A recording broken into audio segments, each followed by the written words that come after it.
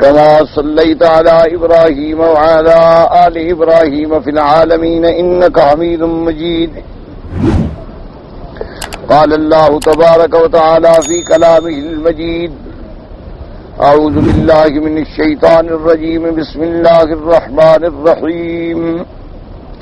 ولا تنكحوا المشركات حتى يؤمن ولأمة مؤمنة خير من مشركة ولو أعجبتكم ولا تنكحوا المشركين حتى يؤمنوا ولعبد مؤمن خير من مشرك ولو أعجبكم أولئك يدعون إلى النار والله يدعو إلى الجنة والمغفرة بإذنه والله يدعو إلى الجنة والمغفرة بإذنه ويبين آياته للناس لعلهم يتذكرون. قال المؤلف والمفسر رحمه الله تعالى: هذا تحريم من الله عز وجل على المؤمنين أن يتزوجوا المشركات من عبدة الأوثان ثم إن كان عمومها مرادا وإنه يدخل فيها كل مشركة من كتابية ووثنية فقد خص من ذلك نساء أهل الكتاب بقوله تبارك وتعالى: والمحصنات من الذين أوتوا الكتاب من قبلكم إذا آتيتموهن أجورهن محصنين غير مصافحين. اب مفسر رحمۃ اللہ علیہ ان آیات مبارکہ کی تشریح فرماتے ہیں کہ ان آیات میں اللہ نے مومنوں پر حرام کر دیا کہ وہ کسی مشرکہ عورت سے، مشرکہ لڑکی سے نکاح کریں، یعنی مشرکات سے نکاح جو ہے وہ اللہ نے مومنوں پہ حرام کر دیا. اب مشرکات جو ہیں من عبدۃ الاوثان، یعنی جو وثنی ہیں، جیسے مشرکین مکہ تھے یا ہندو ہیں یا آتش پرست ہیں. اور مفسر فرماتے ہیں کہ اگر اس کو اپنے عموم پر رکھا جائے تو اس میں بہرحال ہر مشرکہ داخل ہو جائے گی، چاہے کوئی کتابیہ ہے اہل کتاب لیکن وہ اب مشرک بن چکے ہیں تو وہ بھی اس کے اندر داخل ہو جائے. کیونکہ جیسے اہل کتاب میں سے یہودی ہیں جنہوں نے حضرت عزیر علیہ السلام کو خدا کا بیٹا بنا لیا اور اس کے بعد شرک میں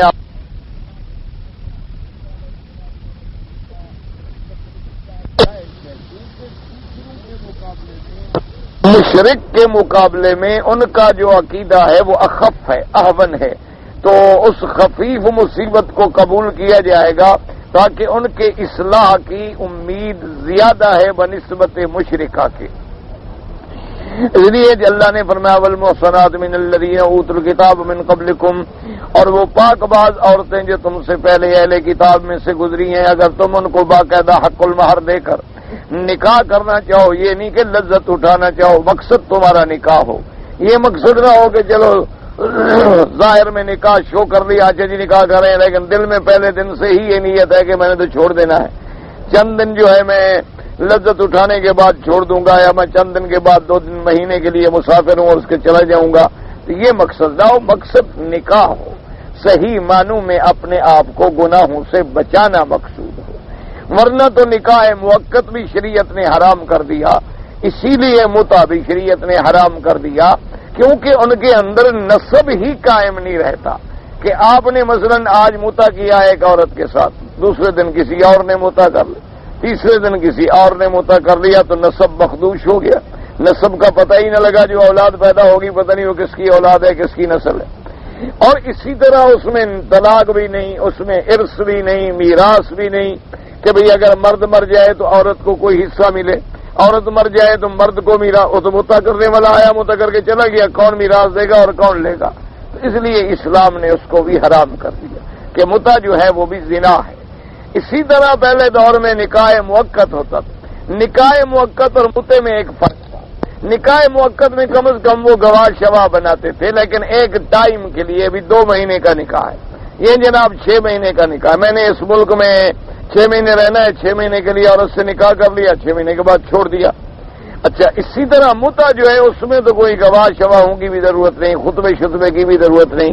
روافض کے ساتھ شیعہ کے ساتھ آج تک جو متا ہے وہ رائج ہے، اور ان کی کتابوں میں باقاعدہ یہ باتیں موجود ہیں، اور وہ نعوذ باللہ ثم نعوذ باللہ صرف متے کو جائز نہیں کہتے، بلکہ اللہ معاف کرے متے کو وہ ثواب سمجھتے، یعنی اس کو وہ عبادت کا درجہ دیتے ہیں، اللہ معاف فرما دے، لیکن بہرحال متا جو ہے وہ حرام ہے۔ باقی اس سے کوئی استدلال کرے کہ بھئی پہلے زمانے میں تھا تو پہلے زمانے میں تو شراب بھی پی جاتی تھی، لیکن بات تو یہ ہے کہ جب حرمت آ گئی تو اس کے بعد ختم ہو گئی۔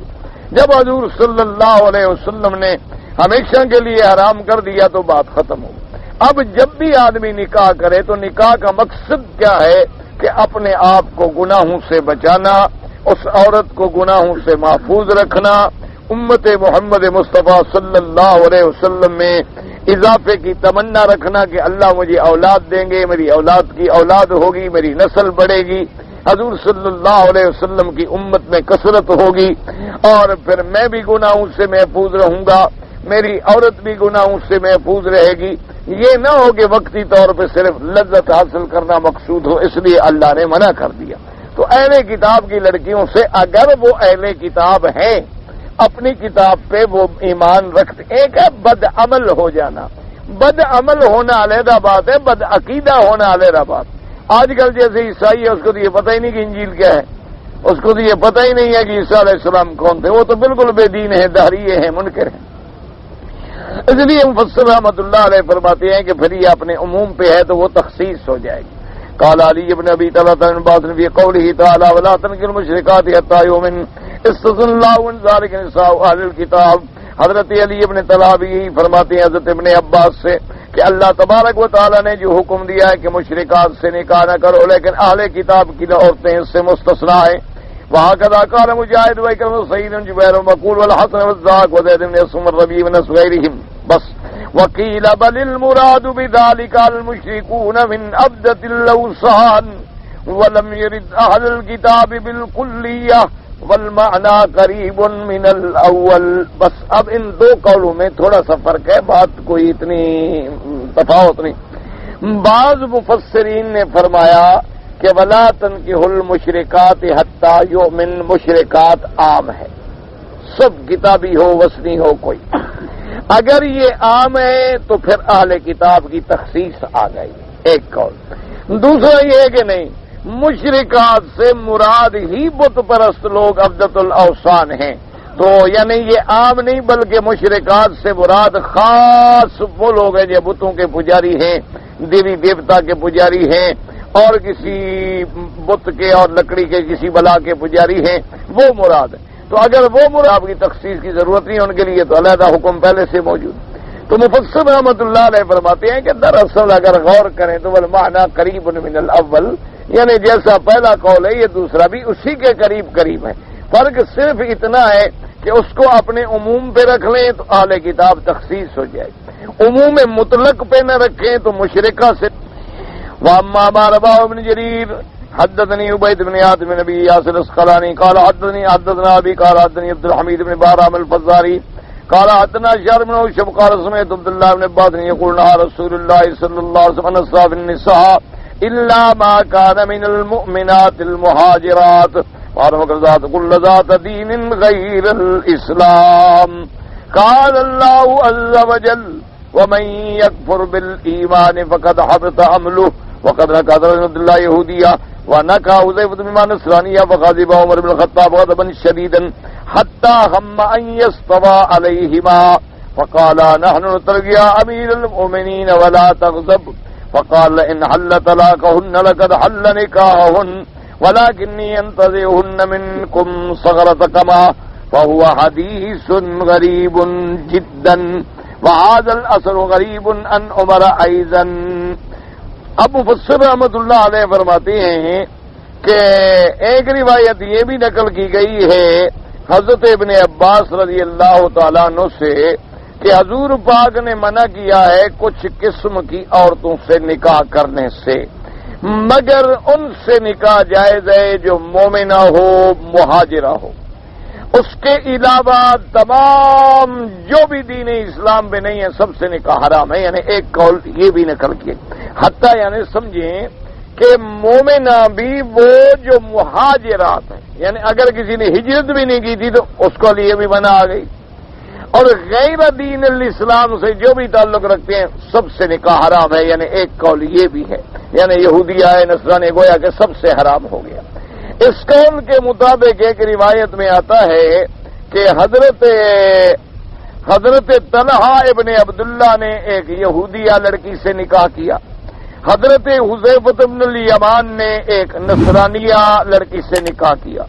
تو جب حضرت عمر رضی اللہ تعالیٰ عنہ کو پتہ چلا تو حضرت عمر شدید غصے میں آ گئے، اور راوی کہتا ہے کہ قریب تھا کہ وہ ان پہ ٹوٹ پڑے، یعنی ان پہ حملہ کر دیں، گویا کہ اتنا غصے میں آئے، اتنے غضب میں آئے نعوذ باللہ کہ شاید ان کو درے مار دیں، اس لیے مانا ان پہ حملہ کر دیں۔ تو انہوں نے کہا کہ امیر المومنین آپ جو ہے غصہ نہ کریں، ناراض نہ ہوں ہم پر، اگر آپ اتنے ناراض ہیں تو نہ تلے کو ہم طلاق دے دیتے ہیں۔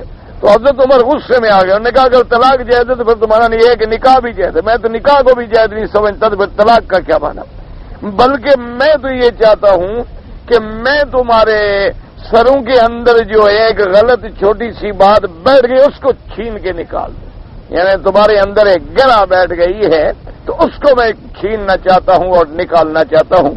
تو بعض علماء فرمایا کہ یہ روایت بالکل ضعیف ہے۔ جب اہل کتاب سے نکاح کی اجازت قرآن میں موجود ہے تو حضرت عمر رضی اللہ تعالیٰ عنہ کیوں ناراض ہوتے اور اتنے سخت کہ حضرت حذیفہ بن الیمان اور حضرت طلحہ جیسے صحابی جلیل پر غضب میں آ جاتے۔ اور لیکن اصل بات یہ ہے کہ بعض علماء نے اس مسئلے پہ تحقیق فرمائی ہے، اس کو سمجھیں۔ وہ یہ کہتے ہیں کہ حضرت عمر رضی اللہ تعالیٰ عنہ نکاح اہل کتاب کے قائل، یعنی حضرت عمر رضی اللہ تعالیٰ عنہ یہ عقیدہ رکھتے تھے کہ اہل کتاب کی لڑکیوں سے نکاح کرنا جائز، لیکن جب حضرت عمر کا زمانہ آیا تو اہل کتاب جو تھے وہ بالکل بے دین ہو گئے، مشرک پر، ان کے اندر وہ کتاب والی بات ہی نہ رہی۔ یعنی حضور کے زمانے میں تو پھر بھی تورات پڑھتے تھے، تورات لے آتے تھے، تورات کے حوالے دیتے تھے، تورات کا دعویٰ کرتے تھے، لیکن حضرت عمر کے زمانے میں آتے آتے یہود اتنے ہو گئے کہ ان کا عقیدہ اپنے دین پر بھی نہ رہا۔ ایک دوسری بات یہ تھی کہ سیاسی حالات کے پیش نظر حضرت عمر بڑا عبقری تھا، اس کی نظر بڑی وسیع تھی، تو وہ جانتے تھے کہ اس طرح یہودیوں کی لڑکیاں اگر مسلمانوں میں داخل ہو گئیں تو پھر ہمارے راز جو ہیں وہ راز نہیں رہیں گے، شادی نہ کرے۔ اس لیے وہ فرماتے ہیں کہ وہ جائز سمجھتے تھے نکاح، یہ نہیں کہ نکاح کو ناجائز سمجھتے، وہ تو قرآن کا مسئلہ ہے۔ اور حضرت عمر رضی اللہ تعالیٰ عنہ کی تو صفت مبارک یہ تھی کان وقافا عند کتاب اللہ، کہ جہاں اللہ کا حکم آ جاتا حضرت عمر فوراً رک جاتا کہ جب قرآن آ گیا بات ختم۔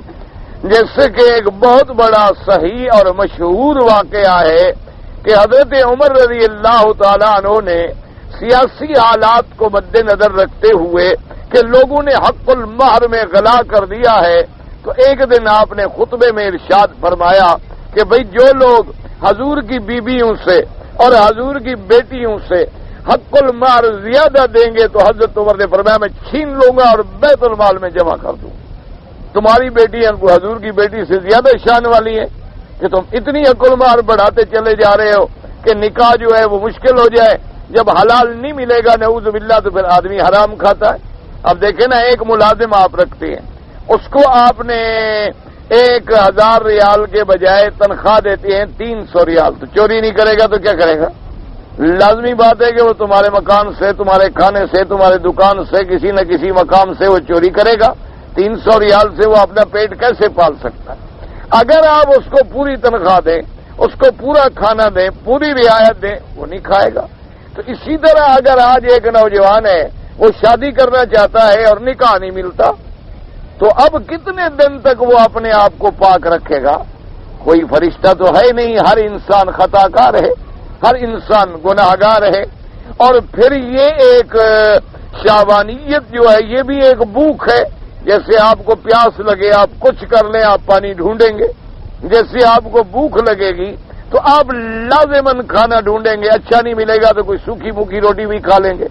وہ بھی نہیں ملے گی تو 2-3 دن کی بچی ہوئی ہو، بدبو بھی پڑی ہو، پھر بھی کھا لیں گے کہ بھوک جو لگی ہے بھوک مٹانی تو ہے نا کسی طرح۔ تو یہ شہوانیت جو ہے یہ بھی تو ایک بھوک ہے نا، انسان کی جنسی بھوک ہے، اس کو بھی تو اس نے مٹانا ہے۔ اب وہ کیسے مٹائے؟ حلال ملتا نہیں، حلال میسر نہیں، تو اب نعوذ باللہ ثم نعوذ باللہ پھر حرام پھیلے گا۔ اسی لیے حضور پاک نے فرمایا کہ جب تمہارے پاس کوئی دین والا لڑکا آئے اور تم سے رشتہ طلب کرے اور تم انکار کر دو، رشتے نہ دو اس لیے کہ یہ غریب ہے، ہم کسی بڑے آدمی کو لڑکی دیں گے، تو فرمایا پھر انتظار کرو، دنیا میں عذاب اور فتنے پھیل جائیں گے، پھر ان کو کوئی دنیا کی طاقت نہیں روک سکے گی۔ تو آج دیکھ لیں جو کچھ ہو رہا ہے، اللہ تبارک و تعالی رحمت فرمائے۔ تو حضرت عمر رضی اللہ تعالیٰ عنہ کا مقصد یہ تھا کہ بھئی حق المہر بڑھاتے جا رہے ہو تو غریب لڑکے شادی کیسے کریں؟ اب جیسے یہاں ایک بہت بڑی مشکل ہے، اللہ پاک رحمت کرے، یعنی یہاں نکاح جو ہیں وہ اتنا مہنگا ہو چکا ہے، نعوذ باللہ ثم نعوذ باللہ، اللہ ہدایت عطا فرمائے، یعنی لاکھ ریال تو حق المہر ہے، اور پھر جناب صرف کھانے کا، شادی کی کھانے کا، ولیمے کا جو خرچہ ہے 2-2.5 لاکھ ریال کم از کم وہ خرچہ ہے۔ پھر اس کے بعد شرائط ہیں کہ جناب ایک فلیٹ ہو اور پھر اس کو سجایا جائے، پھر اس میں تمام سامان ڈالا جائے، اور پھر بیوی کے منتقل ہونے سے پہلے وہ بیوی کے گھر والے یا لڑکی خود آگر بھی اپنا سارا سامان دیکھے اور پھر ان کو چابی دی جائے۔ اب 4-5 لاکھ ریال کسی کے پاس ہو تو کوئی نکاح کرے گا، کوئی شادی کرے گا، ورنہ تو پھر سوال ہی پیدا نہیں ہوتا۔ یعنی غریب سے غریب گھر جو ہے وہاں بھی 10-20 ہزار ریال حق المہر تو معمولی سی بات، یعنی یہ تو بالکل معمولی بات۔ اب 20,000 ریال حق المہر ہو، 50,000 ہی کھانے پہ خرچ کرے، یعنی 1 لاکھ ریال بھی اگر خرچ کرے اور اس کی تنخواہ ہو 3,000 ریال مہینہ، تو اب جو آدمی سال میں 36,000 ریال کماتا ہے وہ 1 لاکھ ریال شادی پہ خرچ کرے تو 3 سال کی کمائی تو پہلے شادی والے کو ادا کرے نا، اور خود 3 سال تک کیا کھائے۔ اس کا نتیجہ یہ نکلتا ہے کہ آج معاشرہ جو ہے اس کے اندر اللہ نہ کرے پھر جرائم پھیل رہے۔ اب حالات اچھا، اب پھر یہ ہے کہ پھر بیوی کا تقاضا ہے کہ گاڑی نئی ہونی چاہیے، وہ نئی گاڑی کیسے لے گا؟ جا کے قسطوں پہ خریدے گا، تقسیط پہ جا کے گاڑی لے گا کہ اچھا جی، اور تقسیط میں 20,000 ریال کا تو پہلے دن فرق پڑ جائے گا، اس کے بعد جناب جتنی تنخواہ آ رہی ہے وہ قسطوں میں جا رہی ہے، اس پھر کھانا ہے، تکلیف ہے، بیماری ہے، علاج ہے، ضروریات زندگی ہیں۔ تو اس وجوہات پہ آج جو دور ہے اسی لیے نوجوان طبقہ جو ہے وہ جرائم کی طرف جا رہا ہے، پھر وہ جرم کرے گا، چوری کرے گا، پہلے ماں کی، باپ کی، بھائی کی، گھر میں، اس کے بعد پھر ساتھی کی، دوستوں کی، گاڑی کی، کوئی موٹر چرائے گا، کوئی موٹر کا پرزہ نکالے گا، کوئی تار کاٹے گا، کوئی کچھ کرے گا۔ کیوں؟ اتنے اخراجات وہ کہاں سے پورے کرے گا؟ تو یہ سارے عذاب جو ہیں دراصل اسلامی احکام کو ترک کرنے کی وجہ سے۔ تو حضرت عمر رضی اللہ تعالی عنہ نے جب یہ حکم ارشاد فرما دیا اور آپ خطبہ جمعہ سے فارغ ہو گئے، نماز جمعہ سے فارغ ہو گئے، اور امیر المومنین حضرت عمر رضی اللہ تعالی عنہ مسجد نبی سے باہر نکلنے لگے تو ایک بوڑھی عورت نے حضرت عمر کا دامن پکڑ لیا اور کہا کہ ٹھہرو۔ حضرت عمر ٹھہر گئے، انہوں نے کہا تم نے جو پابندی لگا دی ہے کہ اتنی عقل مار نہ دو اور مہر میں غلا نہ کرو، تم کون ہو پابندی لگانے والے؟ اللہ کا قرآن ہے ذات تم ایدا ہن کنتارن، تو کنتار کہتی ہیں ڈھیر سارا سونا، تو ڈھیر سارے سونے میں زیادہ بھی ہو سکتا ہے، کم بھی ہو سکتا ہے، تم نے کیسے پابندی لگا دی؟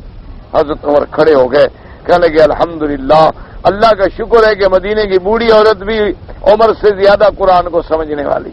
اسی وقت ممبر پہ گیا اور فرمایا بابا تم جانو، تمہارا کام جانو، میرا حکم جو تھا وہ نصیحت تھی، میرا مقصد جو تھا وہ خیر خواہی تھی کہ مسلمانوں میں یہ چیزیں نہ بڑھیں، لیکن اگر اللہ نے پابندی نہیں لگائی تم جانو زیادہ دو، تھوڑا دو، کم کرو، بہرحال تو فوراً قرآن کا حکم آیا اور حضرت عمر رک گئے۔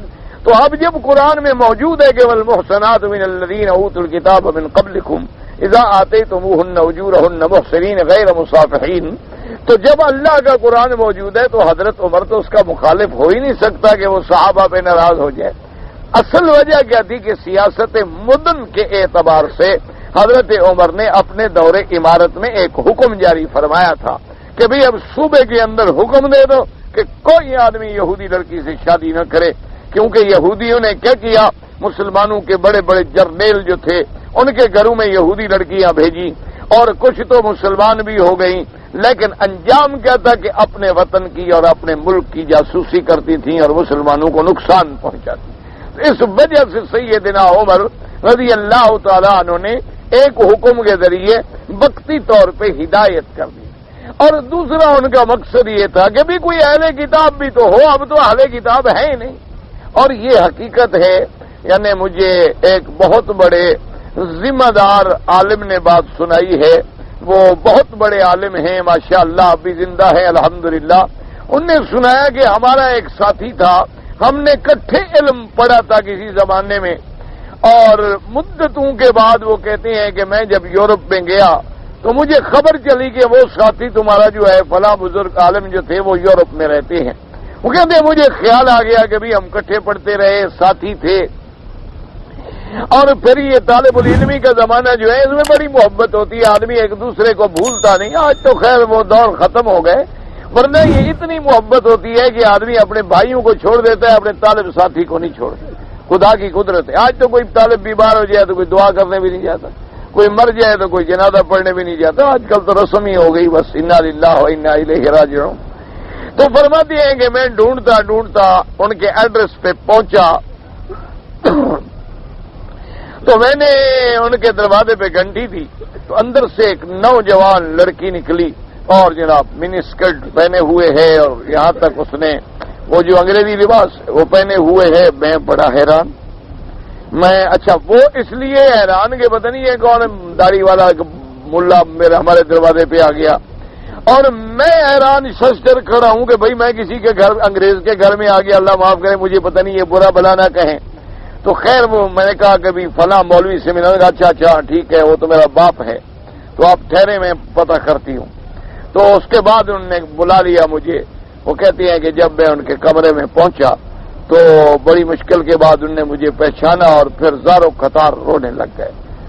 تو میں نے کہا کہ حضرت کیا بات ہے، آپ اتنے بڑے عالم، اتنے بڑے فاضل، اتنے آپ کے خدمات، اور یہ میں کیا دیکھ رہا ہوں، یہ کیا ہے آپ کے گھر؟ انہوں نے کہا ایک عورت سے شادی کر لی، ایک عیسائی لڑکی سے میں نے شادی کر لی تھی، آنے کے بعد مسجد میں آ گیا، امام بنا، دین کا کام کیا، ایک عیسائی لڑکی سے میں نے شادی کر لی، بس وہ دن اور آج کا دن رات دن اپنے عمل پہ رو رہا ہوں، بچیاں بے راہ رو ہو گئی، اولاد بے راہ رو ہو گئی، سب بے دین ہو گئے۔ اب میں نے اپنے کمرے میں پڑا رہتا ہوں، مجھے تو اتنی بھی حق نہیں کہ اپنی بیٹی سے یہ پوچھ سکوں کہ تم نے رات کہاں گزاری ہے، کیونکہ یہاں کے قانون کا تقاضا یہ ہے کہ کوئی آدمی پوچھ ہی نہیں سکتا اپنی بیٹی سے، اور جب بیٹی 18 سال کی ہو جائے جو مرضی ہے کرے، اور سامنے اپنے دوستوں کو لے کے ان کے ہاتھ میں ہاتھ ڈالے ہوئے میرے کمرے میں آ جاتی ہیں اور کہتی ہیں ڈیڈی یہ میرا فرینڈ ہے، میرا دوست ہے۔ چپ کر کے رو رہا ہوں، میرا مقدر اسی طرح اللہ نے پتہ نہیں مجھے کس گناہ کی سزا دی کہ میں کس مصیبت میں مبتلا ہو گیا۔ خیر کہتے ہیں ہم نے کافی دیر گزارا اکٹھا۔ دوسرے سال جب میں نے گیا تو میں نے ٹیلی فون کیا تو اس کی لڑکی نے ٹیلی فون اٹھایا، اس نے کہا وہ ڈیڈی تو مر گئے۔ تو میں نے کہا تو مر گئے تو کب مرے؟ کیا انہوں نے کہا فلاں تاریخ کو مر گئے تھے، ہم نے ٹیلی فون کر دیا تھا، وہ فلاں عیسائیوں کے قبرستان میں دفن ہے۔ بس ختم ہو گئی۔ انجام بھی یہ نکلا کہ کوئی جنازہ پڑھنے والا نہیں، کسی مسلمان کے ساتھ تو کانٹیکٹ تھا نہیں، لڑکیوں نے بتلانا تھا، وہ خود مولوی صاحب تو بیمار ہو گئے، وہ تو ٹیلی فون کرنے سے رہے۔ اب لڑکیوں نے تو اپنے دوستوں کو ہی کہنا تھا، ان کے دوست سب وہی انگریز۔ انہوں نے کہا کہ ٹھیک ہے فلاں کمپنی کو ٹیلی فون کر دو، تمہارے باپ کا جنازہ اٹھا کے لے جائیں گے، دفن کر دیں گے، اپنی فیس لے لیں گے۔ انہوں نے ٹیلی فون کیا، وہ آئے اٹھا کے لے گئے، اور عیسائیوں کے قبرستان میں کھڑے کھڑے جیسے وہ سوٹ پہناتے ہیں دفن کرتے ہیں، سوٹ پہنایا اور دفن کر دیا۔ تو یہ انجام بھی ہوتا ہے۔ اللہ تبارک و تعالی معاف کر دے، اللہ تبارک و تعالی ہمارے حالات پہ رحم کرے۔ اور پہلے دور میں اسلام کا زمانہ تھا، مرد کا گھر میں غلبہ تھا۔ اب ہم اسلام سے اتنی دور ہو گئے ہیں کہ عورتوں کا غلبہ ہے، اب مرد کا غلبہ نہیں رہا۔ اب دیکھیں نا جی، آپ کے گھر میں بیوی ہے، وہ اگر اپنے تمہاری اولاد کا رشتہ کرنا چاہے تم کچھ کر لو وہی رشتہ ہوگا جہاں تمہاری بیوی چاہتی ہے. تم ادھر کے ادھر لٹک جاؤ وہ کوئی نہ کوئی ایسی رکاوٹ ڈالے گی رشتہ وہی ہوگا جہاں تمہاری بیگم چاہے. تو پھر باپ کس بات کا ہے؟ باپ تو کچھ نہیں. اگر نہیں کرے گا پھر گھر جہنم بن جائے گا. کبھی برتن ٹوٹ رہے ہیں، کبھی لڑائی ہو رہی ہے، کبھی الماری ٹوٹ گئی اور کبھی کپڑے پھٹ گئے اور کبھی جناب گھر والے بھی باہر ہو گئے. نہیں تو اس کو خود جن ہو جائیں گے، جن بن کے تمہیں گھر سے نکال دے گی کہ مجھے جنوں نے قبضہ کر لیا، میرے قریب مت آنا، جن حملہ کر دے گا. اب مولوی صاحب بیچارے کھڑے ہیں چار گاڑی کے پاس سورت فاتحہ پڑھتے ہوئے. اللہ و انا الیہ راجعون. دعا کریں اللہ ہمارے حال پہ رحم فرما، اللہ ہمارے گناہ معاف فرما دے، اللہ ہمارے گھروں سے مصیبتیں رفع فرما دے، اللہ ہمارے گھروں میں نور ایمان کی روشنی ڈال دے، اللہ ہمارے گھروں میں پھر تہذیب محمد مصطفیٰ صلی اللہ علیہ وسلم کا دورہ کر دے. اللہ تبارک و تعالیٰ سے دعا کیا کریں حالات بے انتہا خراب ہو، بے انتہا. اب تو دیکھا نا جی چھوٹی چھوٹی باتوں پہ بعض ہمارے بھائی کوئی تسبیح پہ، کوئی کسی کے طریقے پہ، کوئی کسی کے بیٹھنے اٹھنے پہ، کوئی کسی کے ان چھوٹی چھوٹی باتوں پہ جب چڑھتے ہیں نا بڑا دکھ ہوتا ہے. اور خدا کا نام لو کسی طرح کسی کو اللہ کے دروازے پہ آنے دو، باقی ہدایت ہے آگے اللہ کر دیں گے. آج تو ہم اس دور میں ہیں کہ 24 گھنٹے، یعنی آپ اندازہ کریں کہ ہمیں ٹی وی چلانا ابھی تک نہیں آتا، ہمارے چھوٹے بچوں کو آتا ہے، یعنی ہمیں ابھی بھی نہیں آتا. یہ نہیں کہ بھئی ہم جائے نہیں، شوق نہیں ہوا، سیکھتے تو ہم بھی سیکھ لیتے. کیا ہے مولوی کتابیں پڑھ لیتا ہے تو ٹی وی نہیں سیکھ سکتا. لیکن یعنی شوق نہیں تھا، کوئی خیال نہیں تھا، کوئی جذبہ نہیں تھا، کوئی ادھر طبیعت کبھی مائل ہی نہیں ہوئی. یعنی یہ نہیں کہ کوئی بڑی بہادری ہے، اللہ نے جو بچانا ہوتا ہے. ہم لوگ جو ہے نا جی، ہمارا تجربہ ہے یہ جو داڑھی ہے نا جی، انسان کو 1000 گناہوں سے بچا لے. جس کو تم معمولی سی بات سمجھتے ہو نا، یہ داڑھی چھوٹی سی داڑھی، یہ 4 تولے کے بال ہیں، اس داڑھی کی وجہ سے آدمی 1000 گناہوں سے بچ جاتا. اچھا یہ ہم جو مولوی لوگ ہیں نا جی، ہم کوئی فرشتے ورشتے نہیں ہوتے، یہ درس کی برکت سے ہم 1000 گناہوں سے بچ جاتے ہیں. جہاں جائیں گے 4 آدمی تو آگے فرشتے لینے کے لیے کھڑے ہیں نا، ہم گناہ کیسے کریں گے؟ جہاں بھی ہم جائیں گے الحمدللہ تو دین کی برکت سے، حرم کی برکت سے، درس کی برکت سے. ابھی ایئرپورٹ پہ بیٹھے تھے، ہم جانتے بھی نہیں ہوتے. السلام علیکم جی مکی صاحب آپ ہیں؟ ہاں جی ہاں آئیے حضرت، میں تو آپ کے لیے کھڑا. اور بھئی آپ کو کس نے کہا تھا؟ انہوں نے کہا جی بس میں نے تو اخبار میں پڑھ لیا تھا کہ آپ فلاں جہاز پہ آ رہے ہیں، تو میں نے کہا ہم استقبال کریں. اچھا آپ کھانے پہ 10 آدمی ساتھ، سونے کے بعد 10 آدمی ساتھ ہیں. آپ کو اللہ پاک اس دین کی وجہ سے ایک پیرا لگا دیتی ہے کہ آپ بچ جاتے ہیں. ورنہ یہ نہیں کہ ہم فرشتے ہوتے ہیں، ہمیں موقع ملے تو ہم ان خبیثوں سے بھی بدتر نیچے گر جائیں. یہ جو بڑے بڑے بدکردار ہیں نا، بڑے بڑے خناس، اگر ہم مولویوں کو موقع ملے نا ہم ان سے بھی نعوذ باللہ نیچے جہنم میں چلے جائیں. یہ صرف اللہ کا کرم، صرف اللہ کا کرم ہے کہ اللہ پاک ماحول ایسا بنا دیتی ہے کہ جہاں آپ جائیں گے 2 داڑھی والے آپ کے ساتھ ہیں. آپ تو خود کارٹون بنے ہوئے ہیں، کوئی عورت آپ کو کیوں دیکھے گی جب 3-4 داڑھی والے آپ کے ساتھ جاؤ، کہے گی یہ کیا بلا آ گئی؟ وہ تو آپ کو دیکھ کے اور بھاگ جائیں گے. تو اللہ نے آپ کو اس وجہ سے گناہوں سے بچا لیا. ورنہ یہ نہیں ہوتا کہ ہم فرشتے ہوتے ہیں، ہم کوئی بڑے پاک ہوتے ہیں. اللہ معاف کرے، اللہ معاف کرے، اللہ معاف کرے. ہم تو اتنے گندے ہیں کہ پتہ نہیں ہم سے گندا تو کوئی دنیا میں بھی نہیں ہوگا. یہ صرف اللہ کا کرم ہے کہ کبھی داڑھی کی وجہ سے بچ گئے. شرم آ گئی یار، لوگ کیا کہیں گے، منہ پہ داڑھی ہے اور عجیب بات کیسی حرکتیں کر رہا ہے، اس کو شرم بھی نہیں آتی منہ پہ داڑھی رکھی ہوئی. اچھا داڑھی کی وجہ سے پھر شرم کر کے آدمی نے منہ پھیر لیا کہ اگر اس لڑکی کو میں دیکھوں اور وہ کہہ کے دیکھ اس کے منہ پہ داڑھی حیا ہی نہیں آتی اس کو، تو میرے پلے کیا رہے گا؟ تو اب داڑھی نے گناہ سے بچا لیا. اب اس داڑھی کی وجہ سے آپ کسی گندے علاقے میں جائیں گے، یار لوگ کہیں داڑھی والا، اور دیکھو داڑھی والا جا رہا، کمال ہے، آپ بچ گئے. تو اس لیے جب آپ سنت کی وردی پہن لیں گے اللہ گناہوں سے بچا لیں، اللہ تبارک و تعالی عذاب سے بچا لیں. اور اسی طرح پھر میرے مالک کا بھی معاملہ ہے، وہ کہتا ہے میرے نبی کی شکل بنائے ہوئے، چھوڑو اس کو عذاب نہ کرو، چلو اس کو معاف کر دو، اس نے میرے محمد مدنی کی شکل تو بنا لی ہے، اس نے میرے نبی کی سنت پہ عمل کیا ہوا ہے، داڑھی رکھی ہوئی ہے، فرشتے اس کو جہنم میں ڈالیں، کیا کہیں گے؟ چھوڑ دو، جو چھوڑو معاف کر دو، بھیج دو، جانے دو جنت میں. تو ایک سنت سے لاکھوں گناہوں سے بچ۔ ایک دفعہ جماعت ایک گئی، وہ کسی امریکی ملک میں دین کی تبلیغ کے لیے گئے۔ وہاں جو غریب گئے تو ان کو پتہ نہیں تھا کہ بھی گاڑی کہاں کھڑی کرنی ہے، کہاں نہیں کرنی، کیا نہیں کرنا۔ بہرحال انہوں نے غلط پارکنگ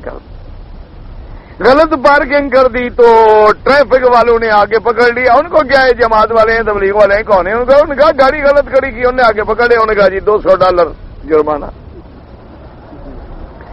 اب وہ غریب آدمی $200 جرمانہ کہاں سے دیں؟ وہ تو سارے ایسے بیچارے فقیر آدمی دین کے لیے تو غریب ہی نکلتا ہے نا، امیر کو تو موقع ہی نہیں ملتا۔ تو تھوڑی دیر وہ اٹھ بیٹھ گئے، انہوں نے کہا دیکھو یہ ہم نے فائن کر دیا ہے اور تم جو ہے 2 دن کے اندر یہ جرمانہ داخل کر دو۔ 1-2 آدمی ان کے امیر نے کہا کہ بھی ایسا کرو، وضو کر لو اور 2 رکعتیں نماز پڑھ کے اللہ کے آگے رونا شروع کر دو۔ اب ہم کیا کریں، کون ہمیں جانتا ہے، ہمیں تو بولی بھی نہیں آتی، زبان بھی نہیں آتی۔ تو وہ وضو کرنے بیٹھ گئے، مسواک کر رہے تھے۔ ان کا ایک بڑا فلاں جگہ پر عدالت میں اتنے دنوں کے اندر تم پیسے بھجوا دینا۔ تو اس نے جو غور کر کے دیکھا 2-3 آدمی لوٹے لے کے بیٹھے ہیں، مسواک کر رہے ہیں۔ انہوں نے کہا یار ان کے پاس تو پیسٹ ہی نہیں ہے دانتوں کو لگانے کا، بیچارے لکڑی سے، یہ $200 کہاں سے تم کو دے، چھوڑو معاف کر دیں غریب۔ ایک مسواک کی سنت سے $200 معاف ہو گئے۔ تو حالانکہ ایک معمولی سی بات، اور نے کہا دیکھو بیچارے لکڑی سے دانت صاف کریں، ان کے پاس تو پیسٹ ہی نہیں، معجون کی ڈبی بھی نہیں کہ درائے برش کرنے، تو یہ غریب کہاں سے $200 دے دیں؟ چھوڑو یار ان کو کیا ہے، اور فائن ہوتے رہتے ہیں، معاف کر دو۔ ان کا میں نے رسید کر دوں گا، لے آؤ، میں معاف کر دیتا ہوں، لکھ دیا معاف کر دیا۔ تو اصل بات کیا ہے، لوگ ہنسیں گے لیکن برکت تھی اس مسواک کی سنت کی، اللہ تبارک و تعالیٰ نے اس کی وجہ سے ایک مصیبت سے بچا لیا۔ اس طرح سے یعنی آپ اندازہ فرمائیں مسواک کتنی چھوٹی بات ہے، اس کے 70 فائدے حدیثوں میں ثابت ہیں، اور سب سے چھوٹا فائدہ جو ہے، سب سے چھوٹا، کہ مسواک پابندی سے کرنے والے کا خاتمہ ایمان پہ ہوگا۔ اچھا یہ تو ہے چھوٹا فائدہ، تو بڑے کتنی ہوں گے؟ آدمی کا خاتمہ ایمان پہ ہو تو جنت مل گئی، اور کیا چاہیے آدمی کو؟ فقط فاز فوزا کبیرا، سب سے بڑی کامیابی حاصل کر گیا۔ اور عمل کیا کیا؟ ایک سنت رسول اللہ صلی اللہ علیہ وآلہ آلہ واصحابہ وسلم۔ اب تو بھائی یہ تصور، حضرت مرزا مظہر جان جانا رحمت اللہ علیہ بہت بڑے اللہ کے ولی گزرے ہیں، تو ایک دفعہ حمام میں جانے لگے تو بجائے بایاں پاؤں اندر رکھنے کے غلطی سے دایاں پاؤں رکھ بیٹھے، وہیں گرے اور بے ہوش ہو۔ آدموں نے جا کے اٹھایا اور جناب حضرت بے ہوش ہیں، پانی ڈالا، پانی ڈالنے کے بعد ہوش ہے کہ آج حضور کی سنت کی مخالفت ہو گئی، آج اللہ کے نبی کی سنت کی مخالفت ہو گئی، تو اللہ کے ڈر کے مارے میں بے ہوش ہو گیا کہ مولا اسی وجہ سے نہ پکڑ لے کہ تم نے نبی کی سنت چھوڑ دی اور لوگوں کے آگے پیر بنے پھرتے ہو۔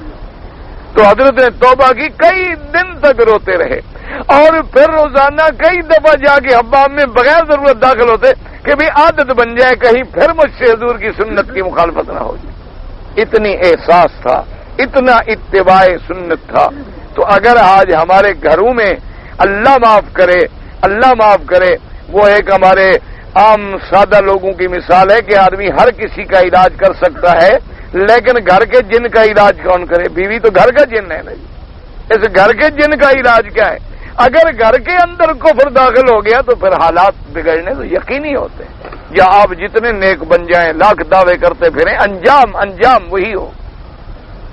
تو اس لیے حضرت عمر رضی اللہ تعالیٰ عنہ نے منع کیا تھا، ورنہ یہ جو واقعہ نقل کیا گیا یہ بالکل غرابت ہے اور اس میں کوئی یعنی قوت نہیں ہے۔ کہتے ہیں قال ابو جعفر بن جریر رحمہ اللہ تعالی بعد حکایت الاجمال اباحۃ تزویج الکتابیات وانما کرہ عمر رضی اللہ تعالی ذلك لله يزهد الناس المسلمات وغير ذلك من البانی۔ اب ابو جعفر ابن جریر رحمۃ اللہ علیہ نے باقاعدہ اجماع نقل کیا کہ بھئی اجماع ہے، اس میں تو کوئی اختلاف ہے ہی نہیں کہ بھئی اہل کتاب کی عورتوں سے نکاح جائز ہے۔ ایک بات ہمیشہ یاد رکھو کہ مسائل منسوسہ جو ہیں ان میں اختلاف ہوتا ہی نہیں، ایک ہمیشہ بات یاد رکھ، یعنی جو مسئلہ نص سے قرآن سے ثابت ہو جائے ختم۔ اسی طرح جو مسئلہ میرے مدنی پاک کے فرمان سے اور بالکل قطعی دلالت بات مل جائے اس میں دوسری بات کا سوال ہی پیدا نہیں ہوتا۔ اختلاف کب ہوتا ہے کہ جب مسئلہ منصوص نص میں نہیں مل رہا، یعنی قرآن میں نہیں مل رہا، حدیث مبارک میں نہیں مل رہا، منصوص نہیں ہے مسئلہ، ایک نئی بات نکل آئی ہے۔ جیسے اب دیکھیں مثلا موجودہ دور میں کہ ایک دوسرے آدمی کی آنکھ نکال کے ایک دوسرے کو لگا دو، اب یہ مسئلہ جو ہے نص میں آپ کو نہیں ملے گا کہ وہ حضور کے زمانے میں ایسے آپریشن کا تصور ہی نہیں تھا، اس دور میں تو اس آپریشن کا کوئی سوال ہی پیدا نہیں ہوتا تھا۔ اچھا اب یہ ہے جی کہ گردہ نکال کے دوسرے کو گردہ ڈال دو، اس زمانے میں اس کا کوئی تصور نہیں تھا۔ اچھا اسی طرح اب یہ بھی ہو گیا ہے کہ بعض اعضاء جو ہیں بندر کے نکال کے بندے کو لگا دیتے ہیں، بعض اعضاء ریچھ کے نکال کے بندے کو لگا دیتے ہیں۔ اچھا بعض اعضاء جو ہیں پلاسٹک کے بنا کے بندے کو لگا دیتے ہیں۔ تو یہ ساری چیزیں جو ہیں بعد میں پیدا ہوئی۔ اب علماء پھر ڈھونڈیں گے کہ اس قسم کی کوئی مثالیں ہمیں ملتی ہے سابقہ روایات میں، سابقہ کتابوں میں، سابقہ حدیثوں میں۔ پھر مجتہدین امت جو ہے وہ بیٹھ کے ایسے مسائل پہ اجتہاد کرتے ہیں کہ بھی ایک ایسا مسئلہ پیش آ گیا جو حضور صلی اللہ علیہ وسلم کے زمانے مبارک میں، خلفائے راشدین کے زمانے میں، تابعین کے زمانے میں، تبع تابعین کے زمانے میں وجود میں نہیں آیا تھا، اس کی کوئی شکل ہی نہیں بنی تھی، ایک نئی چیز نکل آئی ہے۔ تو اب اس کا کیا حل ہو؟ جیسے اب دل کے جو وال ہوتے ہیں، باریک رگیں ہوتی ہیں، اب وہ اللہ معاف کرے خنزیر کی بھی ہوتی ہیں، پلاسٹک کی بھی ہوتی ہیں اور انسان کی بھی ہوتی ہیں، انسان کی اپنی رگ بھی کاٹ کے اندر ڈال دیتے ہیں، اب مسائل پیدا ہو جاتے۔ ورنہ جو مسئلے منصوص ہے، اچھا یا اختلاف وہاں ہوتا ہے کہ جہاں دو حدیثیں آ جائیں، دو حدیثیں آ گئی میرے مدنی سرکار کی صلی اللہ علیہ وآلہ آلہ وسلم۔ اب دیکھیں 1400 سال گزر گیا، آج تک نماز کی رکعتوں میں کوئی اختلاف ہے؟ بھئی مغرب کتنی پڑھتے ہیں حضور کے زمانے میں، صحابہ کے زمانے میں، تابعین کے زمانے میں؟ اب اس میں اختلاف تو ہو نہیں سکتا۔ اختلاف ہو گیا مثلا فاتحہ کے مسئلے میں کہ ایک حدیث مبارک میں آ گیا کہ نماز فاتحہ کے بغیر ہوتی نہیں، اور ایک حدیث میں آ گیا جس کا امام و امام کی قرات جو ہے مقتدی کی قرات ہے۔ اب دو حدیثیں مبارک آ گئی، ورنہ اب 3 رکعتوں میں تو جھگڑا ہو ہی نہیں سکتا، کیونکہ یہ تو ثابت ایسے مسائل ہیں اظہر من الشمس۔ اب وہاں 2 حدیث مبارک آ گئی، وہ بھی حدیث صحیح ہے، وہ بھی حدیث صحیح۔ اسی طرح بالکل سیاہ کی حدیث آ گئی کہ جب امام پڑھ رہا ہے تو تم چپ کرو۔ قرآن میں بھی آیت آ گئی کہ جب قرآن پڑھا جائے تو تم چپ کرو۔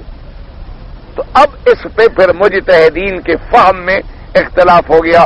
بعض ائمہ نے فاتحہ کو ضروری رکھا کہ اس کے علاوہ کچھ نہ پڑھو، بعض نے کہا فاتحہ بھی پڑھو، سورت بھی پڑھو، سب کچھ مقتدی پڑھتا ہے، بعض نے کہا بھی نہیں، جب امام آگے موجود ہے بس ختم، اس وقت آپ نے کچھ بھی نہیں پڑھنا ہے، فاتحہ سورت جو ہے امام پڑھ لے گا، اس کا پڑھنا تمہارا پڑھنا۔ تو اس لیے ہمیشہ یاد رکھیں، تو اس لیے جعفر ابن جریر رحمت اللہ علیہ فرماتے ہیں کہ الاجماع علی ذلک، یہ مسئلہ اجماع ہے، قرآن میں بھی موجود ہے، سب کے نزدیک متفق علیہ ہے کہ کتابیہ کی لڑکی سے نکاح ہو سکتا ہے، اہل کتاب کی بھی یعنی بیٹی سے، لڑکیوں سے نکاح جائز ہے، اور اس میں کوئی اختلاف نہیں۔ اب حضرت عمر نے کیوں برا مانا؟ اس لیے کہ لوگ ایسا نہ ہو کہ مسلمان لڑکیوں کو چھوڑ کے یہودی لڑکیوں سے شادی کرنا شروع کر دیں، عیسائی لڑکیوں سے شادی کرنا شروع کر دیں کہ زیادہ خوبصورت ہیں اور یہ ہے اور وہ ہے اور فلاں ہے، اور مسلمان لڑکیاں بیچاری گھر میں بیٹھی رہیں۔ تو اس وجہ سے حضرت عمر رضی اللہ تعالیٰ عنہ نے ایک حکم اور آپ نے اپنی ناپسندیدگی کا اظہار کیا۔ لیکن مسئلہ اب بھی سمجھ لو، اگر مسلمان لڑکی ملتی ہے تو پھر تم کسی اہل کتاب کی لڑکی سے بھی شادی نہ کرو۔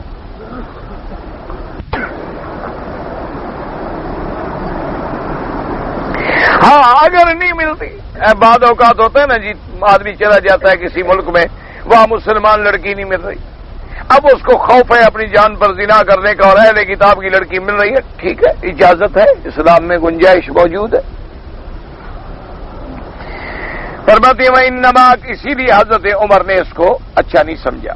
کما حدثنا ابو قریب قال حدثنا ابن ادریس قال حدثنا سلط بن بحرام شقیق قال تزوج حذیفہ یہودیہ فكتب إليه عمر خل سبيلها فكتب إليه أتزعم أنها حرام فأخلي سبيلها فقال لا أزعم أنها حرام ولكني أخاف أن تعطوا المؤمنات منهن وهذا إسناد صحيح۔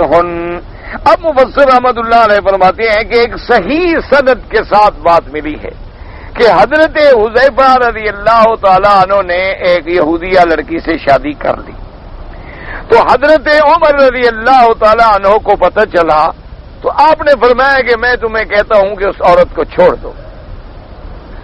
تو حضرت حذیفہ رضی اللہ تعالیٰ عنہ نے واپسی میں جواب لکھا کہ حضرت آپ جو مجھے کہتے ہیں چھوڑ دو، کیا حرام سمجھتے ہیں آپ میرا نکاح کرنا؟ آپ نے فرمایا نہیں، میں نکاح کرنا تو حرام نہیں سمجھتا، لیکن میں یہ سمجھتا ہوں کہ اس طرح مسلمان لڑکیوں کو تکلیف ہوگی، ان کے ساتھ لین دین نہیں رہے گا قائم، بلکہ لوگ جو ہیں غیروں میں پھنسنا شروع ہو جائیں گے اور نتیجہ یہ نکلے گا کہ مسلمات لڑکیاں جو ہیں وہ بیچاری محروم ہو جائیں گی، ورنہ میں حرام نہیں سمجھتا، نکاح تو تمہارا ٹھیک ہے، لیکن حالات کے پیش نظر جو ہے وہ میں تمہیں حکم دیتا ہوں کہ تم اس کو چھوڑ دو۔ نکاح جائز ہے لیکن اس طرح مسلمان لڑکیوں کے ساتھ تم تعاطی جو ہے وہ مومنات کے ساتھ نہیں ہوگی۔ ورول خلال محمد بن اسماعیل وکیل السلطنہ ابو وقال بن یدنی موسی بن عبد الرحمن المسروقی قال حدثنا محمد بن قال حدثنا سفیان بن سعید بن ابی زیاد عن زید بن وهب قال قال عمر بن الخطاب رضی اللہ تعالی عنہ المسلم يتزوج النصرانیہ ولا يتزوج النصرانی المسلمہ قال وهذا سوء اسناد من الاول۔ اور اسی طرح حضرت عمر رضی اللہ تعالی عنہ نے فرمایا کہ المسلم یتزوج النصرانیہ، کہ مسلمان مرد جو ہے وہ تو نصرانی لڑکی سے شادی کر سکتا ہے، لیکن کوئی نصرانی مرد جو ہے وہ مسلمان لڑکی سے شادی نہیں کر سکتا، کیونکہ مرد کو اللہ نے قوام بنایا ہے، عورت کو اللہ تبارک و تعالی نے وہ مقام نہیں دیا، اس لیے مرد جو ہے اس کی تو حاکمیت قائم رہے گی، اور اگر مرد نصرانی ہوگا تو مسلمان لڑکی پہ حاکم بن جائے گا، تو نتیجہ یہ نکلے گا کہ اس کے اسلام کو زیادہ خطرات پیش آ جائے۔ یہ بھی سند جو ہے بہت اچھی اور صحیح۔ ثم قال وحدثنا تميم قال اخبرنا اسحاق الرقي عن شيخنا سؤال جابر بن عبد الله قال قال رسول الله صلى الله عليه وسلم نتزوج نساء اهل الكتاب ولا يتزوجون نساءنا، کہ ہمیں تو اللہ نے حکم دیا ہے کہ ہم اہل کتاب کی عورتوں سے نکاح کر سکتے ہیں، لیکن وہ ہماری عورتوں سے نکاح نہیں کر سکتے۔ ثم قال وحدثنا كان في ساري وفيه فالقول بالاجماع الجميع من الامه عليه كذا قال ابن جرير رحمه الله تعالى قال نبي آدم بن اسماعيل احمد قال ابن وكيع جاء بن برقان بن مهران عن ابن عمر رضي الله تعالى عنهما انه كره نكاح اهل الكتاب وتأول ولا تنكحوا المشركات حتى يؤمن۔ حضرت ابن عمر کے بارے میں بھی آیا کہ آپ بھی پسند نہیں کرتے تھے کہ کسی اہل کتاب کی لڑکی سے نکاح کیا جائے، کیونکہ وہ کہتے تھے اللہ نے مشرکوں سے نکاح منع کیا ہے، اور جب یہ پیغمبروں کو خدا کا بیٹا بنائے بیٹھے ہیں تو پھر ان سے بڑا مشرک کون ہو سکتا ہے۔ وقال البخاری رحمہ اللہ تعالی وقال ابن عالم شرکا اعظم من ان تقرب عیسیٰ، حضرت امام بخاری رحمۃ اللہ علیہ نے بھی نقل فرمایا کہ حضرت ابن عمر فرمایا کرتے تھے کہ بھئی اس سے بڑا کیا شرک ہو سکتا ہے جو عیسیٰ علیہ السلام کو خدا مانے، جو عیسیٰ علیہ السلام کی خدائی کا قائل ہو، اس کی ربوبیت کا قائل ہو، تو اس سے بڑا مشرک اور کون ہو سکتا ہے۔ وقال ابو بکر خلال الحنبلی قال حدثنا محمد بن هارون قال حدثنا اسحاق بن ابراہیم وقال محمد بن علی قال حدثنا سالم بن عبد الماسار عبد الله ابا عبد الله احمد بن حنبل رحمه الله تعالى عن قول الله ولا تنكحوا المشركات يوم قال مشركات العرب الذين يعبدون الاصنام۔ حضرت امام احمد بن حنبل رحمۃ اللہ علیہ سے اس آیت کے بارے میں پوچھا گیا، آپ نے فرمایا اس سے مراد یہ ہے کہ جو لوگ بتوں کے پجاری ہیں، بتوں کو خدا بنانے والے مشرک، ان کی عورتوں سے نکاح کرنا جو ہے وہ حرام ہے۔ وقوله تبارك وتعالى ولأمة مؤمنة خير من مشركة ولو أعجبتكم. قال السدي نزلت في عبد الله بن رواحة كانت له أمة سوداء فغضب عليها فلطمها ثم فزع فأتى رسول أخبره خبرهما فقالوا ما يقال ثم صلي وتصلي واشهد لا إله إلا هو أنك رسول الله. فقال يا أبا عبد الله هذه مؤمنة. فقال والذي بعثك بالحق آتكناها ونزوجناها ففعل فتانا علينا المسلمين وقال نكا أبته وقال ينكحوا إليه المشركين وينكحوا رغبة في أصحاب منزل الله تعالى ولا أمة مؤمنة خير من مشركة ولو أعجبتكم. اللہ نے فرمایا کہ مومنہ باندی جو ہے وہ مشرکہ سے زیادہ بہتر ہے. یعنی اگر ایک مومنہ ہے ایمان والی ہے وہ کنیز ہے, اس کے مقابلے پہ مشرکہ حرہ ہے لیکن وہ مومنہ کنیز جو ہے وہ زیادہ بہتر ہے. کہتی ہیں کہ یہ آیت مبارک کا سبب نزول یہ تھا, حضرت عبداللہ بن رواحہ رضی اللہ تعالیٰ عنہ کی ایک باندی تھی اور سیاہ رنگ تھی. کسی بات میں جو غصہ آیا تو آپ نے اس کو تھپڑ مار دیا اور اس کے بعد گھبرائے. پھر حضور کی خدمت میں آ کے سارا واقعہ بتایا کہ یا رسول اللہ صلی اللہ علیہ وسلم میری کنیز ہے, میری ایک باندی ہے, اس نے ایسی بات کی میں نے غصے میں اس کو تھپڑ مارا ہے, اور میری باندی جو ہے وہ نماز بھی پڑھتی ہے, روزہ بھی رکھتی ہے, وضو بھی اچھا کرتی ہے اور گواہی بھی دیتی ہے لا الہ الا اللہ وانک رسول اللہ. حضور نے فرمایا ذی مؤمنہ. آپ نے فرمایا اللہ کے بندے جب وہ نماز پڑھتی ہے, روزہ رکھتی ہے, شہادتین کی قائل ہے تو مومنہ ہے. حضرت عبداللہ بن رواحہ نے فرمایا خدا کی قسم ہے میرے مدنی آپ گواہ ہو جائیں, میں اس کو آزاد بھی کرتا ہوں پھر شادی بھی کرتا ہوں, میں اس کو آزاد کر کے پھر شادی. تو جب آپ نے شادی کر لی تو لوگوں نے تانا زنی کی بہانے سے کہ دیکھو جی کالی باندھی تھی اور اپنی کنیز تھی اور سیاہ لڑکی تھی اور اس سے شادی کر لی. مانا یہ تھا کہ اس کے بجائے بڑے حسب نسب میں مشرکین کی لڑکیاں مل سکتی تھیں, کیا ضرورت تھی کہ ایک سیاہ فام باندھی سے شادی کرتے. تو اللہ نے فرمایا وہ سیاہ فام ان سے زیادہ بہتر ہے, ان مشرکہ عورتوں سے زیادہ بہتر ہے. اس کو اللہ نے فضیلت جو دی ہے ایمان کی اس کا کوئی مقابلہ نہیں کر سکتا. یہ رنگ روپ جو ہے یہ تو عارضی ہیں, یہ تو اس دنیا تک ہے. مرنے کے بعد تو سارے رنگ روپ ویسے اڑ جائیں گے قبر میں جا کے کسی کا رنگ بچے گا. اس کے بعد تو ہڈیاں بھی مٹی ہو گئی, پتہ نہیں کیا کیا حال گزرے گا. اور اس کے بعد جب قیامت میں آئیں گے اگر ایمان والے ہیں اللہ ان عورتوں کو تو حوروں سے بھی زیادہ حسن عطا فرما دیں گے. تو لہذا یہ تو چند دن کا عارضی سی بات ہے. اللہ پاک نے فرمایا ولا امۃ مؤمنۃ خیر من مشرکۃ ولو اعجبتکم ولا عبد مؤمن خیر من مشرک ولو اعجبکم. وقال عبد بن عمیر حدثنا جابر بن قال حدثنا عبد الرحمن بن زياد الفقي عبد الله بن منبي قال تكن النساء حسن وصاصن يرضيهن ولا تنكحوهن عن اموالهن فاسى اموالهن ان تطغيهن وانكحوهن على الدين فلأمة سوداء جرداء ذات دين افضل. ایک روایت میں یہ بھی آیا حضرت عبداللہ ابن عمر رضی اللہ تعالیٰ عنہ فرماتے ہیں حضور نے فرمایا کہ صرف حسن کے سامنے نہ تم نکاح کیا کرو کہ بڑی حسین ہے. پتہ ہے حسن اس کو ہلاک کر ڈالے, کیونکہ جب لڑکی زیادہ حسین ہوگی تو سب کی نظریں بھی تو پھر اسی پر ہوں گی, تو وہی حسن اس کی ہلاکت کا باعث بن جائے.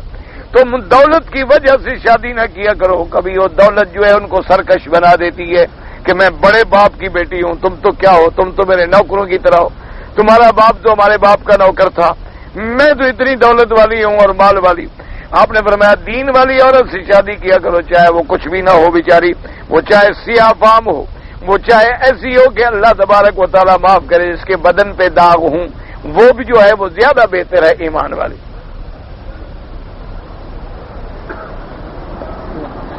لیکن اس میں راوی ضعیف ہے. وقد ثبت فی الصحیحین, صحیحین کے اندر روایت ثابت ہے ان ابی ہریرہ رضی اللہ تعالی عنہ عن النبی صلی اللہ علیہ وسلم قالت انکحوا المرأة لأربع لمالها ولحسبها ولجمالها ولدینها فاظفر بذات الدین تربت یداک. حضور پاک نے فرمایا کہ عورت کے ساتھ جب نکاح کیا جاتا ہے تو چار چیزیں دیکھی جاتی ہیں, یا مال دیکھا جاتا ہے, یا اس کا نسب حسب دیکھا جاتا ہے, یا حسن دیکھا جاتا ہے, یا دین دیکھا جاتا ہے. میرے پاک نبی نے فرمایا کہ تم دین والی عورت پسند کرو, باقی چیزوں کو چھوڑو. آپ نے فرمایا تربت یداک, یہ محبت کا کلمہ ہوتا ہے کہ تیرے ہاتھ مٹی میں ہوں, یہ پیار کا کلمہ. ولمسلم من جابر بن سمرة وعن ابن عمر رضی اللہ تعالی عنہما انہم قال الدنیا متاع وخیر متاع الدنیا المرأة الصالحة. حضور پاک نے فرمایا کہ دنیا کیا ہے؟ نفع اٹھانے کے جننے میں، اور سب سے بہتر نفع اٹھانا کیا ہے؟ اللہ اگر پاک باز صالحہ عورت عطا فرمائے، کیونکہ اصول ہے اگر صالحہ عورت ہے تو گھر جنت ہے، اور اللہ معاف کرے اگر گھر میں کوئی خبیثہ عورت ہے تو پھر جہنم ہے. اللہ تبارک و تعالی معاف فرما دے. اللہ ہر مسلمان کے گھروں کو اچھا بنائے. وقوله تعالی ولا تنكحوا المشركين حتى يؤمنوا اي لا تزوجوا الرجال المشركين النساء المؤمنات كما قال تعالی لهن حل لهم ولا هم يحلون لهن. اللہ پاک نے حکم دیا ہے کہ مشرکین کے مرد جو ہیں وہ مومنہ عورتوں سے نکاح نہ کریں. ثم قال تعالی ولا عبد المؤمن خير من مشرك ولو عجبكم رجل مؤمن ولو كان عبدا حبشيا خير من مشرك وان كان رئيسا سفيا. اگر چاہے مشرک جو ہے بڑا سردار کیوں نہ ہو، بڑا نسب والا کیوں نہ ہو، اس کے مقابلے پہ غلام جو ہے چاہے وہ غلام ہو، غریب ہو، سیاہ فام ہو، زیادہ بہتر ہے. کیونکہ کافر جو ہے اولئک یدعون الی النار، وہ جہنم کی طرف بلاتے ہیں. کیا یہ نہیں کہتے آؤ جہنم چلو، آؤ جہنم چلو، یہ تھوڑا کہتے ہیں. مانا یہ ہوتا ہے ایسے عمل کراتے ہیں جو تمہیں جہنم میں لے جائیں گے. اس کے بعد فرمایا واللہ یدعو الی الجنۃ والمغفرہ اولئک یدعون الی النار. کیا مانا؟ ای معاشرتہم ومخالطتہم، ان سے جب تمہارا عشرہ ہوگا، اٹھنا بیٹھنا کھانا پینا حرام شراب خنزیر سب، تو نتیجہ کیا نکلے گا؟ جہنم. اس کے بعد کہنے تباس والا بالدنیا و اقتنایا و ایثاریا علی الدار الآخرۃ و عاقبۃ ذلک وخیمۃ. جب تم دنیا دار کافروں کے ساتھ بیٹھو گے تو نتیجہ یہ ہوگا کہ آخرت بھول جاؤ گے، اور اس کا پھر انجام جو ہے وہ بڑا خراب ہے، بڑا خطرناک ہے. واللہ یدعو الی الجنۃ والمغفرۃ باذنہ ای بشرعہ وما امر بہ وما نہی عنہ. اللہ تبارک و تعالیٰ تمہیں جنت اور مغفرت کی طرف بلاتے ہیں. باذنہ کا معنی یعنی اپنی شریعت سے، کہ اللہ نے ایسی شریعت نافذ کی، ایسے اوامر نافذ فرمائے، ایسے نواہی نافذ فرمائے کہ جن پہ عمل کرو گے تو جنت ملے گی اور جہنم سے دور ہو جاؤ گے. وَيُبَيِّنُ اللَّهُ آيَاتِهِ لِلنَّاسِ لَعَلَّهُمْ يَتَذَكَّرُونَ.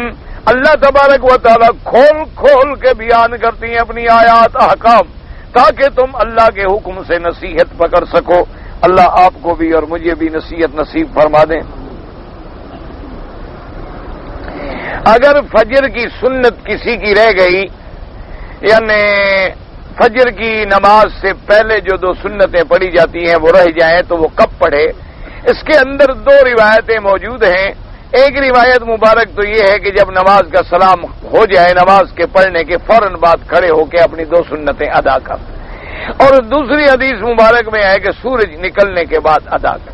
بہرحال آپ یہ دیکھ لیں کہ حالات کیا ہے. ایک آدمی ایسا ہوتا ہے نا کہ حرم سے نکل گیا، ڈپٹی پہ جا رہا ہے، اب سورج نکلنے کے بعد پھر کہاں وضو کرے گا، کہاں پڑے گا؟ وہ فوراً پڑھ. تاکہ حضور کو یہ سنتیں بڑی محبوب تھی، ان کو کسی حال میں نہیں چھوڑنا چاہیے. اچھا، ایک آدمی حرم میں بیٹھا ہوا ہے، اس کو پتا ہے کہ میں نے تو اشراق پڑھنے سے پہلے جانا ہی نہیں گھر، تو آرام سے سورج نکلنے کے بعد بھی پڑھ سکتا ہے. اپنے اپنے حالات پہ دونوں کی گنجائش موجود ہے. الحمدللہ کوئی ایسا اختلافی جھگڑا نہیں ہے. لحوم الخنزیر شعرها کبدها جوارها كلها حرام ولو لم يسر ان الله ما سر تفصيل الصلاة ان الله قال اقم الصلاة. اما احکام الصلاة وشرائط الصلاة ارکان الصلاة مسرعة على لسان رسول الله صلى الله عليه وسلم فبذلك ان الله حرم لحم الخنزير. اما شرائطها وارکانها واحکامها وتفصيلها مسرعة على لسان رسول الله صلى الله عليه وسلم.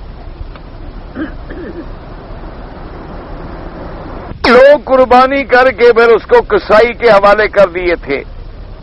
کسائی اور ذبح کو 200-300 میل بھیج دیتا ہے خریدنے والا کو. کہ بہرحال قربانی کرنے کے بعد اگر تم نے کسائی کو دیا اور کسائی بیچتا ہے تو قربانی کا گوشت بیچنا حرام ہے، ناجائز ہے. ایک بات سمجھ لو. ہاں تم نے دیا کہ بھئی اس کو خیرات کر دو، تو اب وہ ذمہ دار ہے کہ خیرات کرے، اگر نہیں کی تو قیامت میں پکڑا جائے گا، تم نے تو ذبح کر دیا، تمہاری قربانی تو ہو گئی۔ لیکن بہرحال اگر تمہیں پتا ہے کہ یہ آدمی پھر گوشت بیچ دے گا تو ایسے کو تو دینا جائز ہی نہیں، تمہیں تو یقین ہے کہ یہ کسائی ہے، یہ تو مردہ بکری بھی بیچ دیتے ہیں، تو زندہ بکری ذبح شدہ کہاں چھوڑے گا؟ یہ تو ایک دفعہ ہم نے اخبار میں پڑھا تھا، انہوں نے کہا کہ جی ایک ملک سے پتہ نہیں کتنے عرصے تک گھوڑے گدھے کا گوشت آتا رہا اور ہم کھاتے رہے، یہاں نہیں، پتہ نہیں کسی ملک کی بات تھی۔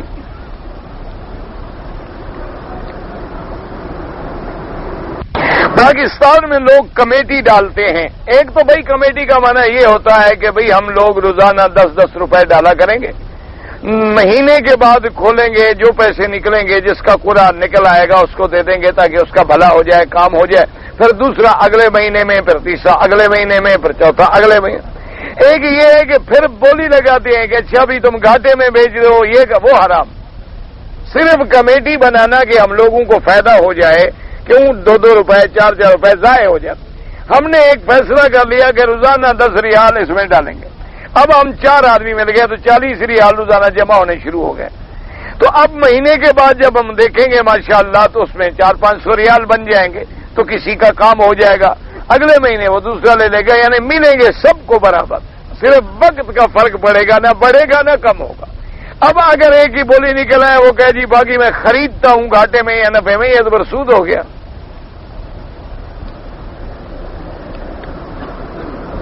نماز کی نیت جو ہے دل میں کرنی چاہیے، نیت ہوتی ہی دل میں ہے، زبان سے نیت ضروری ہی نہیں، اصل مقام نیت جو ہے وہ دل ہے۔ زبان سے تو علماء یا فقہا نے جہاں لکھا ہے مراد ہوتا ہے استحضار۔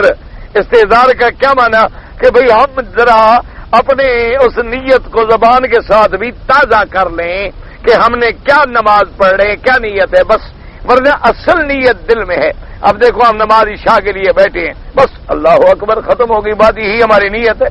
اب ہم طواف کے لیے جب بھی میں یہاں طواف جا رہا ہوں تو نیت ہے تو جا رہا ہوں نا، بس اب حجر اسود کے سامنے کھڑے ہو کے بسم اللہ اللہ اکبر، اس کا ختم ہو گیا۔ 2 نیت پڑھتا ہے، 2 سنت پڑھتا ہے، کوئی 4 پڑھتا ہے، 4 کو 4 لاکھ ملے گا، 2 کو 2 لاکھ رکعت ملے گی، تمہاری مرضی جو پڑھو، جتنی محنت کرو گے اتنی ملے گی نا۔ پاکستان میں لوگ 1 دفعہ ہی وتر پڑھتے ہیں، یہاں 2 دفعہ پڑھتے، 2 دفعہ تو یہاں بھی نہیں پڑھتے، 1 دفعہ پڑھتے ہیں، یعنی 2 رکعت پڑھ کے سلام پھیر کے پھر 1 رکعت یہ علیحدہ پڑھتے ہیں، اور ہمارے ملک میں مغرب کی نماز کی طرح 3 رکعتوں کو ملا کے پڑھتے ہیں۔ دونوں حدیث میں موجود ہیں، کوئی جھگڑے کی ضرورت نہیں، لڑائی شڑائی کی کوئی ضرورت نہیں، سنن نسائی میں سب حدیثیں بری ہوئی۔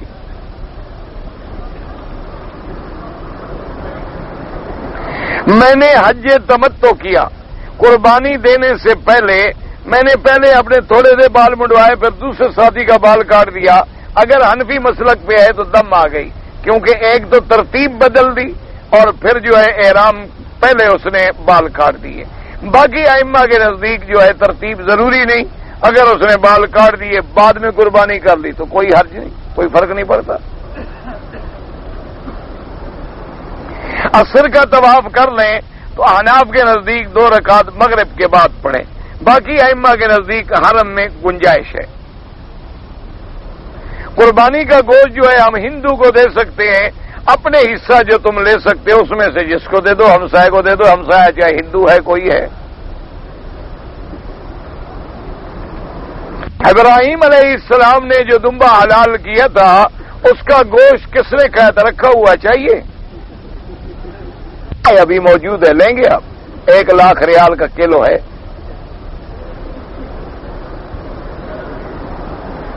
جو بندے تمہیں کیا فکر ہے اس کا، وہ جنت کا دمبا تھا کسی نے نہیں کھایا، ختم ہو گئی بات۔ جنت کی چیزیں تو جنت میں کھائی جا سکتی ہیں، دنیا میں کھائی نہیں جا سکتی، وہ تو اللہ کا ایک حکم تھا، پورا ہو گیا، بات ختم ہو گئی۔